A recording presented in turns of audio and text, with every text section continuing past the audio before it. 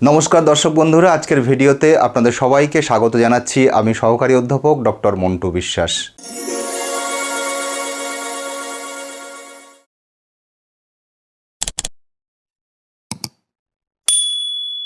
আচ্ছা, আপনারা কি জানেন যে আপনাদের শিশুকে কিভাবে স্মার্ট তৈরি করবেন, কিভাবে তার ভবিষ্যৎ জীবনকে সুখী এবং সুন্দর করে গড়ে দেবেন? আজকের ভিডিওতে আমি আপনাদের সঙ্গে শেয়ার করব আপনার শিশুকে স্মার্ট তৈরি করার এবং তার ভবিষ্যৎ জীবন সুন্দর ও সুখী করে গড়ে তোলার 10টি সরল অথচ কার্যকরী উপায়। ভিডিও ভালো লাগলে চ্যানেলটিকে সাবস্ক্রাইব করবেন, লাইক করবেন এবং পরবর্তী ভিডিওর নোটিফিকেশন পাওয়ার জন্য পাশে থাকা বেল আইকনটিতে ক্লিক করার অনুরোধ রইল। শিশু দু অক্ষরে তৈরি হওয়া এই ছোট্ট শব্দটির মধ্যে লুকিয়ে রয়েছে আমাদের প্রতিটি মানুষের, প্রতিটি পরিবারের, প্রতিটি সমাজের, প্রতিটি রাষ্ট্রের বৃহৎ এবং অনন্ত আশা, ভালোবাসা, স্বপ্ন, কল্পনা এবং ভরসা। আমরা প্রত্যেকেই আশা করি যে আমাদের ঘরের ছোট্ট শিশুটি আগামী দিনে আমাদের পরিবারের গর্ব হয়ে উঠুক, আমাদের শিক্ষা সংস্কৃতির বাহক হয়ে উঠুক, আমাদের দেশের গর্ব হয়ে উঠুক। সর্বোপরি তার ভবিষ্যৎ জীবন সুখের এবং সুন্দর হোক, এই কামনা তো আমাদের প্রতিটি মানুষেরই প্রতিনিয়তই থাকে। এখন প্রশ্ন হচ্ছে যে এই এত দায়ভার, এত স্বপ্ন, কল্পনা, আশা, ভালোবাসা, ভরসা যে শিশুকে কেন্দ্র করে, সেই শিশুর মানসিক বিকাশ, তাকে ভবিষ্যৎ জীবনে যোগ্য করে গড়ে তোলার যে প্রচেষ্টা, যে কর্ম, সেটা আমরা প্রতিটি মুহূর্ত, প্রতিটা দিন খুব সচেতনভাবে এবং সঠিকভাবে করি তো? আপনার শিশুকে স্মার্ট তৈরি করার এবং তার ভবিষ্যৎ জীবন সুখের এবং সুন্দর করে গড়ে তোলার যে 10টি নীতিমালা নিয়ে আজ আমি আলোচনা করব। আপনারা একটু কষ্ট করে ধৈর্য ধরে এই আলোচনাটা শুনে দেখার পরে ভেবে দেখবেন তো যে আপনার ঘরের শিশুর সঙ্গে আপনি এই আচরণগুলি করেন কিনা, বা আদৌ করার প্রয়োজন আছে কিনা। আর অবশ্যই এই নীতিমালাগুলি আপনার শিশুর ক্ষেত্রে প্রয়োগ করার পরে তার ফলাফল কমেন্ট বক্সে লিখে জানাতে ভুলবেন না। আপনিও এই চ্যানেল পরিবারের অন্যতম গুরুত্বপূর্ণ একজন সদস্য। চলুন দেখে নেওয়া যাক সেই 10টি নীতিমালা যা আপনার শিশুকে স্মার্ট তৈরি করতে এবং তার ভবিষ্যৎ জীবন সুখের ও সুন্দর করে গড়ে তুলতে সাহায্য করবে। নীতিমালা 1। আপনার ভাবনাকে কাজে প্রকাশ করুন, কথায় নয়। আপনার শিশুর সামনে আপনি মহৎ আদর্শ হয়ে উঠুন। আপনি আপনার শিশুর মধ্যে ঠিক যে যে বিষয়গুলি দেখতে চান তার প্রত্যেকটাই নিজে কাজে করুন। শিশু সেগুলি অনুসরণ করবে, অনুকরণ করবে। কখনোই আপনি শিশুকে বলবেন না যে কিভাবে জীবন ধারণ করতে হয়। প্রতিদিন আপনি নিজ জীবন আচরণের মধ্য দিয়ে তাকে দেখাবেন কিভাবে জীবন ধারণ করতে হয়। আপনাকে দেখে আপনার শিশু অনুকরণ করে শিখবে। নিজ বুদ্ধি খাটিয়ে কোনো কাজ করার মতো বিশ্লেষণ শক্তি এবং অভিজ্ঞতার ভাণ্ডার কোনোটাই শিশুর থাকে না। তাই তাকে কোনো কাজ করতে বললে সে সেটা সঠিকভাবে করতে পারবে না। কিন্তু যেটা সে সহজেই পারে তা হলো অনুকরণ করা। তাই শিশুকে নিয়ে আপনার ভাবনা, আপনার প্রত্যাশা, আশা, আকাঙ্ক্ষা, আপনার রুচিবোধ সমস্ত কিছুরই প্রতিচ্ছবি হয়ে উঠুন আপনি নিজে। আর আপনার আদরের শিশুও দেখবেন আপনাকে অনুকরণ করে আপনার সেই স্বপ্নের জগতে নিজেই উঠে আসবে। জীবনের প্রতিটা দিন এই কাজটি আপনাকে করতে হবে। নীতিমালা 2। আপনি নিজে এবং পরিবারকে মানসিক চাপ মুক্ত রাখুন। একটা জিনিস সবসময় মনে রাখতে হবে যে আপনার শিশু আপনাকে প্রতিটা মুহূর্ত সুখী এবং মানসিক চাপ মুক্ত দেখতে চায়। অন্য সমস্ত কিছুর থেকে এটাই শিশুর মনের প্রত্যাশা থাকে। একটি গবেষণায় 1000টি পরিবারের শিশুদের প্রশ্ন করা হয়েছিল যে তোমার বাবা মায়ের প্রতি তোমাকে যদি একটি কামনা করতে বলা হয় তাহলে তুমি কি কামনা করবে? বেশিরভাগ বাবা মা ধারণা করেছিলেন যে তাদের সন্তানেরা বলবে তাদের বাবা মা যেন সারাদিন আরও বেশি সময় ধরে তাদের সঙ্গে থাকে। কিন্তু না, বেশিরভাগ শিশুর কামনা ছিল তাদের বাবা মা যেন ক্লান্তিহীন থাকেন এবং মানসিক চাপ মুক্ত থাকেন। তারা চায় তাদের বাড়ি হোক স্ট্রেস বা মানসিক চাপ মুক্ত বসবাসের স্থান। অন্য একটি গবেষণায় দেখা গেছে বাবা মায়ের স্ট্রেস বা মানসিক চাপ শিশুর ব্রেনকে দুর্বল করে দেয়, তাদের রোগ প্রতিরোধ ক্ষমতা কমিয়ে দেয়, তাদের অন্যান্য অস্বাস্থ্যকর মানসিক ও শারীরিক অসুস্থতার ঝুঁকি বাড়িয়ে দেয়। তাই সন্তানকে সুস্থ রাখতে আপনি নিজে এবং পরিবারকে অবশ্যই মানসিক চাপ মুক্ত রাখুন। মনে রাখবেন আপনার নিজের মধ্যে সহ্য ক্ষমতা অনেক বেশি, কোনো পরিস্থিতিকে বোঝার ক্ষমতা অনেক বেশি। তাই শত অসুবিধা থাকলেও আপনার মানসিক ইচ্ছা এবং শক্তি দুটোই মানসিক চাপকে জয় করতে এবং দমন করতে পারবে। কিন্তু আপনার আদরের শিশুর মধ্যে সেই মানসিক চাপের প্রভাবকে প্রতিহত করার ক্ষমতা নেই। তাই সেই মানসিক চাপের কুপ্রভাব তার উপরে পড়বেই। সেজন্য আপনাকে সতর্ক হতেই হবে। নীতিমালা 3, আপনার শিশুর উপর আস্থা রাখুন, বিশ্বাস রাখুন। আপনি যদি আপনার শিশুকে মন থেকে বিশ্বাস করতে পারেন, ভরসা করতে পারেন, তাহলে সেটাই হলো শিশুকে দেওয়া সবথেকে বড় পুরস্কার। সেই সঙ্গে প্রত্যেকটি কাজের মধ্য দিয়ে তাকে বোঝাতে হবে যে আপনি তাকে কতটা কেয়ার করেন, কতটা তার খেয়াল রাখেন, কতটা তার উপরে বিশ্বাস করেন, ভরসা করেন। যখনই দেখবেন যে আপনার শিশু কোনো সঠিক এবং ভালো কাজ করছে বা যে কোনো সুন্দর জিনিস তার মধ্যে দেখা মাত্রই সেটার প্রশংসা করতে 1 সেকেন্ড দেরি করবেন না। সেই সঙ্গে যখনই তার ভিতর খারাপ কিছু দেখবেন বা কোনো ভুল করতে দেখবেন বা যদি অসুন্দর কিছু দেখেন, তাহলে সেটা অবহেলা করবেন না। সাথে সাথেই তাকে পরম আন্তরিকতার সাথে সঠিকটা বা সুন্দর বিষয়টা করার জন্য সাহায্য করবেন এবং সঠিক বা সুন্দর বা ভালো করার উপায় বলে দেবেন। আপনার শিশু সক্ষম এবং যোগ্য, আপনার এই বিশ্বাসটুকু তার মধ্যে বিরাট বড় পরিবর্তন এনে দিতে পারে। এইভাবেই তার মধ্যে নিজের প্রতি একটা আস্থা শক্তি গড়ে উঠবে। সে যে বৃহৎ কোনো কাজ করতে পারে, এই অনুভূতি তার মধ্যে তৈরি হবে। যখন আপনার কাছে সম্মানিত কোনো ব্যক্তি, আপনার বস, আপনার উপর বিশ্বাস করেন বা ভরসা করেন, তখন দেখবেন সেটা আপনাকে সেরা হতে সাহায্য করে। আপনার ভিতরে একটা ভাবনা কাজ করে যে আরও পরিশ্রম করে নিজের সেরাটা উজাড় করে দিয়ে আপনি বসের কাছে সকলের থেকে সেরা হবেন। আপনিও আপনার আদরের শিশুকে সেরা হওয়ার সুযোগ করে দিন। আপনার শিশুর উপর আস্থা রাখুন, বিশ্বাস রাখুন, ভরসা করুন। নীতিমালা 4, আপনার শিশুকে তার বুদ্ধিমত্তার পরিবর্তে যে কোনো প্রচেষ্টার জন্য প্রশংসা করুন। সাধারণভাবে কথাটি শুনতে কিছুটা স্ববিরোধী মনে হতে পারে, কিন্তু আপনি যখন শিশুর প্রচেষ্টাকে প্রশংসা করবেন, তখন আপনি তার মনোযোগটা এমন একটি বিষয়ের দিকে নিয়ে যেতে পারবেন যে বিষয়টা সে নিজের চেষ্টার দ্বারা কন্ট্রোল বা নিয়ন্ত্রণ করতে পারবে। সে বিষয়টি হলো পরিশ্রম বা চেষ্টার মাধ্যমে জীবনে সফল হওয়া। কঠোর পরিশ্রম দিয়ে চেষ্টা করলে, একটানা লেগে থাকলে জীবনে উন্নতি অবশ্যই সম্ভব। এই শিক্ষাটা লাভ করা বা এই ভাবনাটা শিশুর মধ্যে তৈরি হওয়া ভীষণ গুরুত্বপূর্ণ একটি বিষয়। এই শিক্ষার মধ্য দিয়ে আপনার শিশু দেখতে পাবে যে জীবনের উন্নতি সম্পূর্ণভাবেই তার নিজের হাতে বা কন্ট্রোলে রয়েছে। বিপরীত দিকে আপনি যদি শিশুর ঈশ্বর প্রদত্ত বুদ্ধিমত্তার প্রশংসা করেন এবং তাকে বোঝান যে জীবনে উন্নতি নির্ভর করে তার ভিতরে থাকা ঐশ্বরিক বুদ্ধিমত্তার উপর, তাহলে সেই বার্তা তার ভিতরে ক্ষতি করবে। বিশেষ করে জীবনে ব্যর্থতার মোকাবিলা করার ক্ষেত্রে আপনার শিশু দুর্বল হয়ে যাবে। জীবনে কোনো বাধা বা ব্যর্থতার পরে আরও কঠোর পরিশ্রম বা চেষ্টার দ্বারা সেই বাধা কাটিয়ে উঠে উন্নতি করার পরিবর্তে আপনার শিশুর মধ্যে একটা ভীতি তৈরি হবে।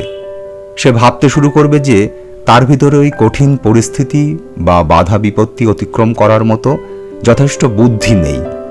একসময় সে জীবনের কঠিন পরীক্ষাগুলি, কঠিন পরিস্থিতিগুলি, সমস্যাগুলি ক্রমাগত পরিশ্রম দ্বারা, একটানা চেষ্টা দ্বারা জয় করার পরিবর্তে হাল ছেড়ে পালিয়ে যাওয়ার চেষ্টা করবে। আর এ কথা আমরা সকলেই জানি যে মানুষের জীবনে শারীরিক বা মানসিক কিংবা বাস্তব পরিস্থিতিগত সমস্যা বা ব্যর্থতা বা বাধা বিপত্তি আসবেই, চ্যালেঞ্জেস থাকবেই। সেগুলিকে অতিক্রম করে, মোকাবিলা করেই জীবনে উন্নতির পথে এগিয়ে যেতে হয়। সেই কারণে শিশুর মধ্যে প্রথম থেকেই যে বার্তা পৌঁছে দেওয়া প্রয়োজন তা হলো কঠোর পরিশ্রমই জীবনে উন্নতির চাবিকাঠি। সমস্ত বাধা বিপত্তি একনিষ্ঠ পরিশ্রম ও প্রচেষ্টা দিয়েই জয় করা যায়। তবে হ্যাঁ, অতিরিক্ত প্রশংসার বিষয়েও সতর্ক থাকতে হবে।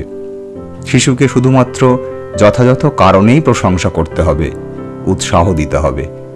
তার পরিবর্তে শিশুকে প্রতিটা কাজ, প্রতিটা মুভমেন্ট যদি বাহ্যিক প্রশংসা বা তাড়না বা প্রেরণা বা মোটিভেশন দিয়ে করাতে হয়, তাহলে কিন্তু প্রশংসা বন্ধ হয়ে গেলেই সেই চেষ্টা বা পরিশ্রম সবই বন্ধ হয়ে যাবে। তাই বিশেষ উদ্দেশ্যমূলক প্রশংসা করতে হবে। সত্যিকার অর্থে যেখানে প্রয়োজন সেখানে প্রশংসা করতে হবে। অর্থাৎ শিশু তার পরিশ্রম ও চেষ্টা দিয়ে কোনো কাজ করলে সেটার প্রশংসা করতে হবে, এবং যখনই আপনার শিশু কোথাও কোনো কাজে আটকে যাবে তখন তাকে সুযোগ দিতে হবে সেই কাজটা সঠিকভাবে করার জন্য। এর মধ্য দিয়ে সে এই শিক্ষা লাভ করবে যে জীবনের সমস্ত হতাশামূলক চ্যালেঞ্জকেই অতিক্রম করা যায়। নীতিমালা 5, আপনার শিশুকে শুধু পড়াবেন না, তাদের সাথে পড়বেন। শিশু নতুন পড়া শিখছে, তাই আপনি পাশে বসে প্রতিটা শব্দ পড়ে তার কাজটা করে দিচ্ছেন, আর তাকে শুধু বইয়ের লেখা বা ছবির দিকে তাকিয়ে থাকতে বলছেন। এমন করবেন না। পরিবর্তে তাদের শব্দগুলির দিকে মনোযোগ দিতে বলুন, বা যে ছবিটা ব্যাখ্যা করা হচ্ছে তার দিকে মনোযোগ দিতে বলুন, এবং তাদের পড়তে বলে তাদের সাথে আপনি পড়ুন। শুধুমাত্র তাদের পাশে বসে তাদেরকে পড়তে বলবেন না। গবেষণায় দেখা গেছে যে এই পদ্ধতিটি একটি শিশুর মধ্যে পড়ার বোধগম্যতা তৈরি করতে সাহায্য করে। বই পড়া যখন শিশুর পাশে বসে শেয়ার করে বা ভাগ করে নেওয়া হয়, তখন শিশুর পড়ার দক্ষতা বিকাশের প্রতি সুস্পষ্ট মনোনিবেশ করা হয়। তাই প্রাথমিক সাক্ষরতার ক্ষেত্রে এই পদ্ধতি একটি উল্লেখযোগ্য বাহন বলা চলে। সর্বোপরি এর মধ্য দিয়ে পড়াশোনা বা শিক্ষাটা আরও মজাদার হয়ে ওঠে। এর মধ্য দিয়ে শিশুর পড়াশোনার প্রতি আগ্রহ বৃদ্ধি পাবে। নীতিমালা 6, একসঙ্গে শিশুর সাথে রাতের খাবার খান। শিশুর সাথে একসঙ্গে রাতের খাবার খাওয়া শিশুর মধ্যে বিরাট পরিবর্তন নিয়ে আসে। গবেষণায় দেখা গেছে যে সকল শিশু তাদের পরিবারের সাথে রাতের খাবার খায় তাদের আচরণগত সমস্যা অনেক কম এবং মানসিক সুস্থতা অনেক বেশি।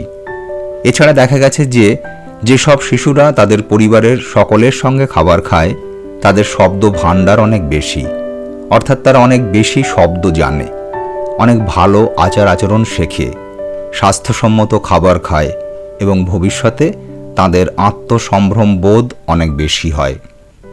মিশিগান ইউনিভার্সিটির গবেষকরা আমেরিকার শিশুদের উপর গবেষণা করে এটা প্রমাণ করেছেন যে পরিবারের সাথে একসঙ্গে যে সকল শিশু খাবার খায় তাদের অ্যাকাডেমিক অ্যাচিভমেন্ট অনেক বেশি, অর্থাৎ লেখাপড়ায় তারা ভালো হয় এবং তাদের মধ্যে খুব সামান্যই আচরণগত সমস্যা দেখা যায়। গবেষকেরা এই সিদ্ধান্তে উপনীত হয়েছেন যে meal time was more influential than time spent in school studying, attending religious services or playing sports. অর্থাৎ স্কুলে পড়াশুনো করা কিংবা ধর্মীয় কোনো অনুষ্ঠানে যোগদান করা অথবা মাঠে খেলাধুলা করা, প্রত্যেকটি বিষয়ের থেকে খাবারের সময়ের যে প্রভাব সেটা শিশুর উপরে অনেক বেশি করে পড়ে। সেই কারণে অবশ্যই রাতের খাবার শিশুর সাথে একসঙ্গে খান। কাজকর্ম, অফিসে কাজের থেকে দেরি করে বাড়ি ফেরা হাজার সমস্যা আছে, তাহলেও অন্তত সপ্তাহে একদিন এই কাজটি অবশ্যই করবেন। নীতিমালা 7, আপনার শিশুর জন্য কিছু যুক্তিসঙ্গত নিয়ম এবং সীমানা তৈরি করুন। শিশুরা অবাধ পরিবেশে সবসময় ভালো করে না। একটা কথা প্রাচীনকাল থেকে চলে আসছে যে শিশুর প্রতি খুব কঠোর হলে সে নিশ্চিত বিদ্রোহী হবেই, এবং সে যদি অনুমতিমূলক হতে শেখে তাহলে সেটা তাকে ভালো আচরণের দিকে চালিত করবে। গবেষণার মধ্য দিয়ে প্রমাণিত হয়েছে যেসব বাবা মা তাদের শিশুদের জন্য যুক্তিসঙ্গত নিয়ম এবং সীমানা তৈরি করেনি সেই সব শিশুর মধ্যে বিভিন্ন ধরনের মানসিক সমস্যা দেখা দিয়েছে। বাবা মা যদি শিশুর সমস্ত আচরণ মেনে নেয়, এমনকি তারা অবাধ্য অশান্ত হলেও সেটা মেনে নেয়, তাহলে এই নিয়মহীনতা শিশুর মধ্যে এই ধারণা তৈরি করবে যে তার বাবা মা তার প্রতি যথাযথ খেয়াল রাখে না। কিন্তু বাবা মা যদি শিশুদের জন্য যুক্তিসঙ্গত সামঞ্জস্যপূর্ণ নিয়ম এবং সীমানা তৈরি করেন, তাহলে সেই একই বাবা মা অনেক সময় শিশুদের কাছের হয়ে ওঠেন। তবে অবশ্যই প্রতিটা ক্ষেত্রেই সেই নিয়মটা কেন সেটা পরম মমতায় ব্যাখ্যা করে তাকে বুঝিয়ে দিতে হবে। সঙ্গত কারণ ছাড়া নিয়মের জন্য নিয়ম করলে চলবে না। তবে অবশ্যই এই নিয়ম বা সীমানা শিশুকে যেন বিরক্ত না করে সেটা খেয়াল রাখতে হবে। অর্থাৎ নিয়মের বাড়াবাড়ি করা হলে ফল হবে বিপরীত, অথবা এটা করো না ওটা করো না বলে শিশুকে থামিয়ে দিয়ে নিজে টেলিভিশন বা ফোনে মত্ত হলে সেই শিশুর মধ্যে যে বিরক্ত বা ক্ষোভ জমা হবে সেটা অবশ্যই চরম বিদ্রোহ হয়ে ভবিষ্যতে দেখা দেবেই।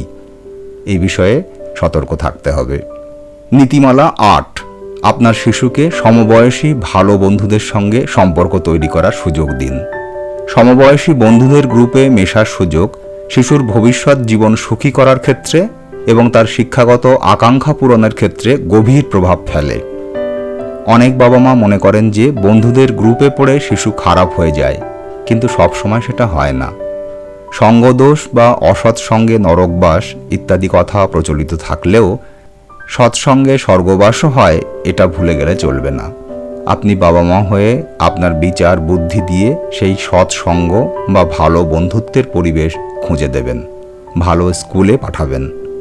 নীতিমালা 9, আপনার শিশু প্রতি রাতে পর্যাপ্ত ঘুম পড়ছে কিনা সেটা খেয়াল রাখতে হবে। ক্লান্ত মন কখনোই গঠনমূলক কিছু করতে পারে না। পর্যাপ্ত ঘুম না হওয়ার ফলে ক্লান্তি বোধের প্রভাব বয়স্কদের থেকে শিশুদের উপর অনেক বেশি পড়ে। পো ব্রসন অ্যান্ড অ্যাসলে মেরিম্যানের লেখা nurture shock new thinking about children এই গ্রন্থ অনুসরণে বলা যায়, a loss of 1 hour sleep is equivalent to the loss of 2 years of cognitive development to the typical child. অর্থাৎ শিশুর 1 ঘন্টার ঘুমের ক্ষতি শিশুটির 2 বছরের জ্ঞানমূলক বিকাশের ক্ষতির সমান। তাই শিশুর ঘুমের বিষয়ে প্রতিটা মিনিটকেই বিশেষ গুরুত্ব দিয়ে দেখতে হবে। পৃথিবীর কোনো কারণের জন্যেই যেন শিশুর 1 মিনিট ঘুমের অসুবিধা না হয়, সে বিষয়ে খেয়াল আপনাকেই রাখতে হবে। নীতিমালা 10, আপনার শিশুকে একটি কৃতজ্ঞতা জার্নাল তৈরি করা এবং সেটা নিয়মিত বজায় রাখতে সাহায্য করবেন। গবেষণালব্ধ তথ্য থেকে বলা যায় যে সকল শিশুরা কৃতজ্ঞতার জার্নাল বজায় রাখে তারা জীবনে সুখী হয়, আশাবাদী হয় এবং সুস্বাস্থ্যের অধিকারী হয়। সমাজবদ্ধ জীব হিসাবে প্রতিনিয়ত আমরা একে অপরের উপর নির্ভরশীল। তাই প্রতিদিন আমরা কাদের দ্বারা উপকৃত হলাম সেটা যদি লিখে রাখি, তাহলে সেটা আমাদের সামাজিক বিকাশের সাথে সাথে মানসিক বিকাশ ও উন্নতি ঘটাতে সাহায্য করে। তাই আপনার শিশু বড় হওয়ার সঙ্গে সঙ্গে তাকে এই কৃতজ্ঞতার জার্নাল তৈরি করতে সাহায্য করুন। সবশেষে বলা যায়, সুস্থ এবং সচেতন বাবা মায়ের আন্তরিক যত্ন, পরিচর্যা, পরিশ্রম, আত্মত্যাগ, নিরন্তর শুভ চিন্তা ও বাস্তব কাজের মধ্য দিয়েই একজন প্রকৃত স্মার্ট শিশু তৈরি হয় এবং তার ভবিষ্যৎ জীবন সুখের হয়। আপনার শিশুর জীবন সুখের হোক, সুন্দর হোক, এই আন্তরিক শুভকামনা জানিয়ে আজকের ভিডিও শেষ করছি। দেখা হবে পরের ভিডিওতে, সঙ্গে থাকার অনুরোধ রইল।